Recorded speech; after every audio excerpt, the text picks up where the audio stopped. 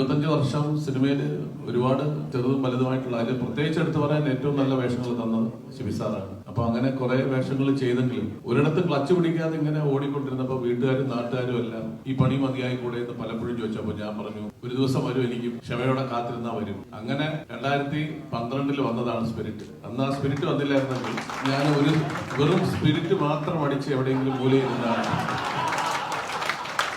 ജീവിച്ചിരിക്കുമെന്ന് പോലും അറിയില്ല.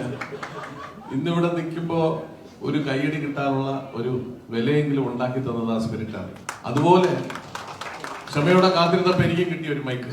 ഞാൻ ഉദാഹരണം പറഞ്ഞ ബിബിന്റെ കാര്യമാണ്. ബിബിൻ എങ്ങനെയാണ് ഇതുവരെ ഈ നിലയിൽ ഒരു ഹീറോ ആവാൻ വരെ എത്തി, അതിനു വേണ്ടിയിട്ടുള്ള പരിശ്രമം, അതിനു വേണ്ടിയിട്ടുള്ള വേർപ്പ് എത്രമാത്രം ഒഴുക്കിയിട്ടുണ്ട്, എത്രമാത്രം സ്ട്രെയിൻ ചെയ്തിട്ടുണ്ട്, അതിനുവേണ്ടി എത്രമാത്രം കഷ്ടപ്പെട്ടിട്ടുണ്ടെന്നുള്ളത് എനിക്ക് നേരത്തെ ഞാൻ കേട്ടിട്ടുണ്ട്. പക്ഷെ ഇപ്പം ഇവിടെ പലരും പറഞ്ഞു, ബിബിൻ പറഞ്ഞു, പ്രത്യേകിച്ച് ഉണ്ണി പറഞ്ഞു.